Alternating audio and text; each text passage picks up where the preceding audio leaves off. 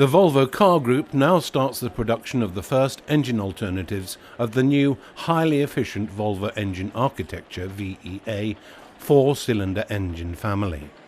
The strategy to concentrate on four-cylinder petrol and diesel engines together with electric power is the path that Volvo Cars has chosen for the future.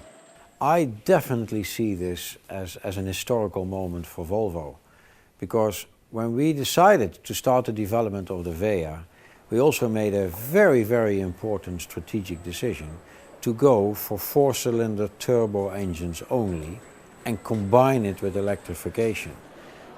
Here in Skövde, they have built a new hyper-modern factory section of 4,500 square meters, and it is here that all the engine alternatives will be produced on one and the same production line, thus providing extremely efficient production. This is the single largest investment that we have since the start of this factory. Approximately 200 million euros is the total investment in this project, where one of the biggest investments is the factory that we are standing in, where it ranges from 30 to 40 million euros. All continued development and production of VEA will take place within the Volvo car group and is an important part of the company's independency strategy. Having total control of the development and production of engines and transmissions, in combination with fewer engine alternatives, increases flexibility and the ability to influence quality. The biggest challenge have been to have an architecture that all engines can easily be installed in different cars with the same components. To meet the marketplace, we have to deliver fuel economy, advanced levels of emissions. At the same time, we need to develop engines that deliver performance, refinement for the customer. And a way to do that is to go downsizing, downspeeding, as many others in the world are doing. And Volvo have a unique chance to do that now as we become more and more independent. During 2013, Volvo estimates producing almost 20,000 engines, and by the end of the year, production volume should be close to 2,000 engines per week. The first engine alternatives will be launched during the autumn.